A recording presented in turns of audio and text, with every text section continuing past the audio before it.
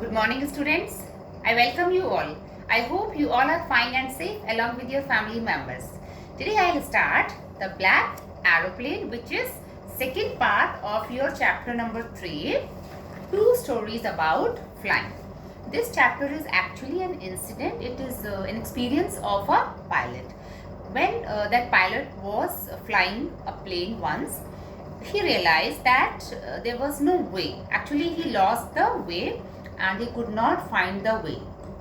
But at sudden, he found another plane there, and he realized that pilot of that plane was showing path to this pilot.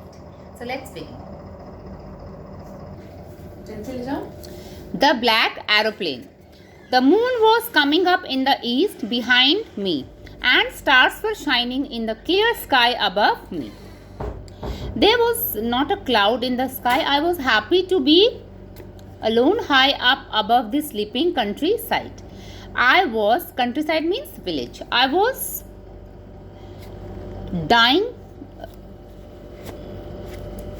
flying my old Dakota aeroplane over France back to England. I was dreaming of my holiday and looking forward to being with my family. I looked at my catch 1:30 in the morning.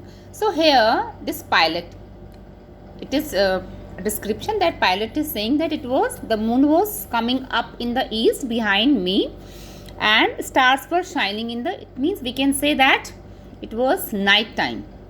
That is why here he has told about moon, and then stars he is telling us about this, and sky was clear, and he is saying that he was dying to meet actually his family, and there was not a cloud. It means sky was totally clear, not a cloud was there, and he was very happy.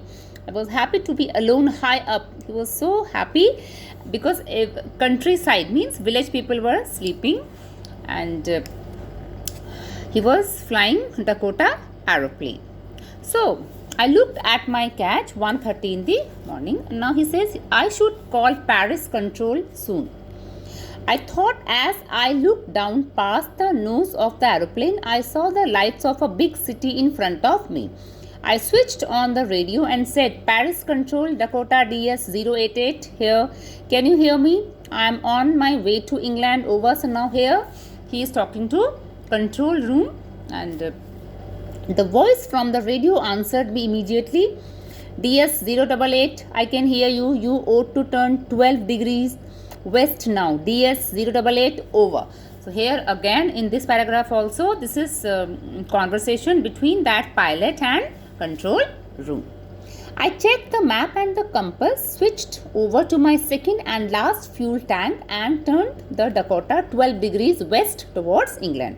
So as he got instructions that to turn 12 degree from control room, so he turned his Dakota plane 12 degrees west towards England. I be in time for breakfast. I thought a good big English breakfast.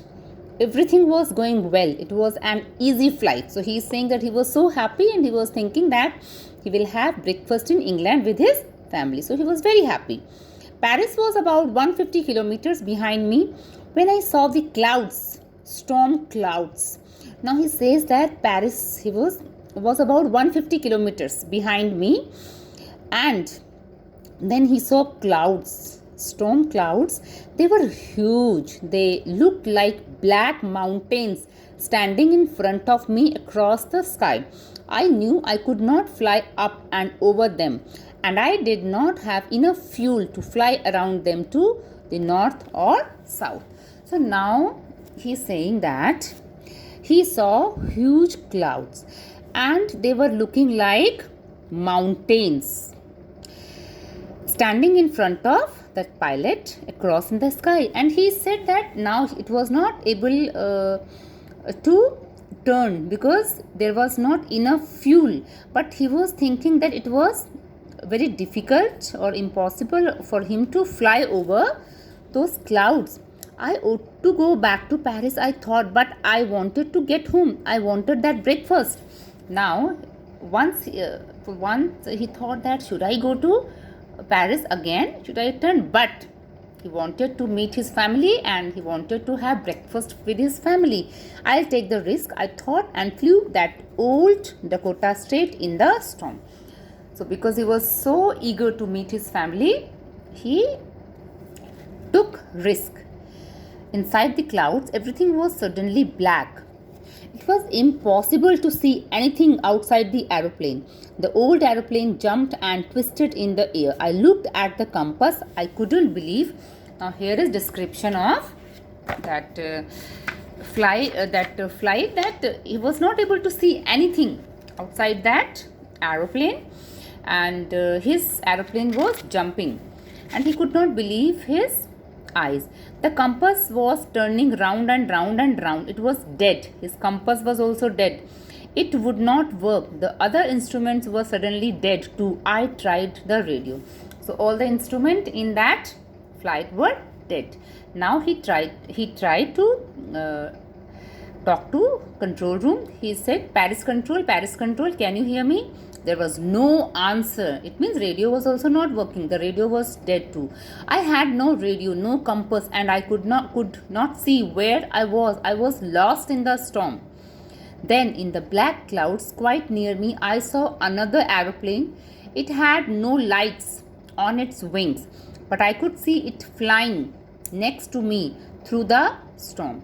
I could see the pilot's face turned towards me. I was very glad to see another person. He lifted one hand and waved. Now here, when our pilot, he found himself helpless because all the instruments inside that Dakota plane were not working. All were dead.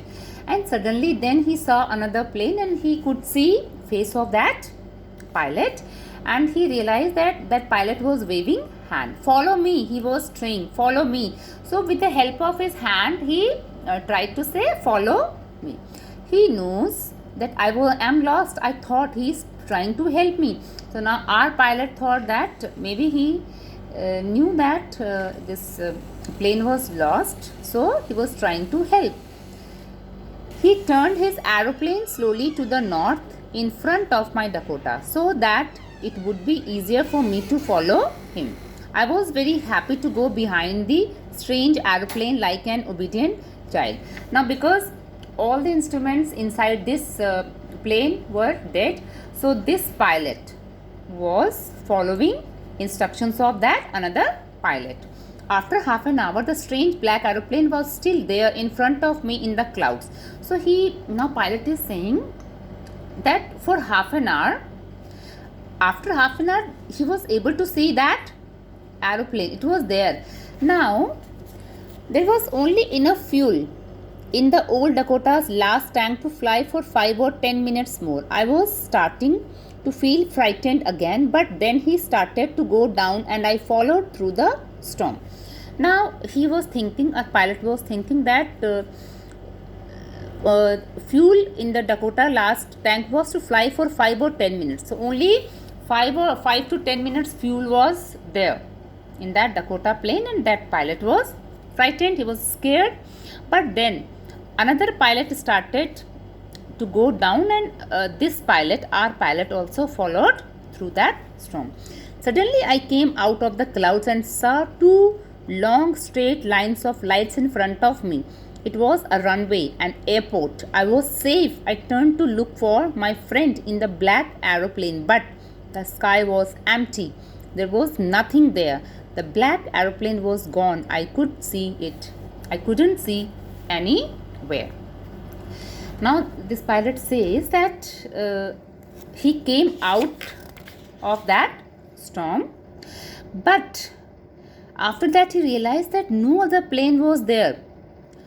I landed and was not sorry to walk away from the old Dakota near the control tower. I went and asked a woman in the control center where I was and who the other pilot was. I wanted to say thank you, Now this pilot, he could not say thank you, and he went to control room, and that lady, he spoke to that lady, that and he asked that who was that pilot, another pilot who helped him, because our pilot wanted to say thank you. She looked at me very strangely and then laughed. But that lady looked at the pilot strangely, in a very strange way, and then she laughed. Another aeroplane? Up there in this storm, no other aeroplanes were flying tonight. Yours was the only one I could see on the radar. So now this lady said that there was no other plane on the radar, and in this storm, no other plane was there. Your plane was the only plane. So who helped me to arrive there safely without a compass or a radio, and without any more fuel in my tanks? Who was the pilot on the strange black aeroplane flying in the storm without lights?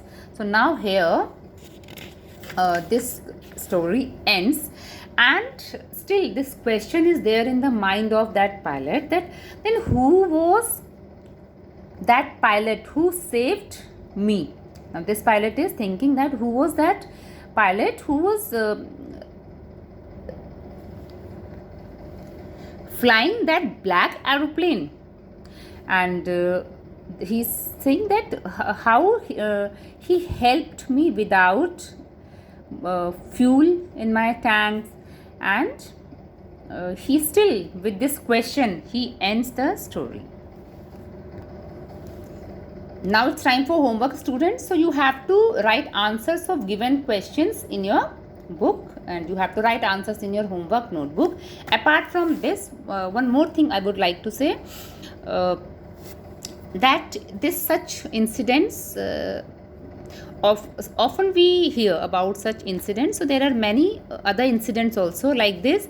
So with the help of YouTube and with the consent of your parents, you will search about such incidents where planes were rescued or planes were lost. So any one or two videos you can see with the help of YouTube and with consent of your parents. So with this I end here, and this chapter we have completed now. So with this I wish you good health, stay healthy, stay safe. Thank you.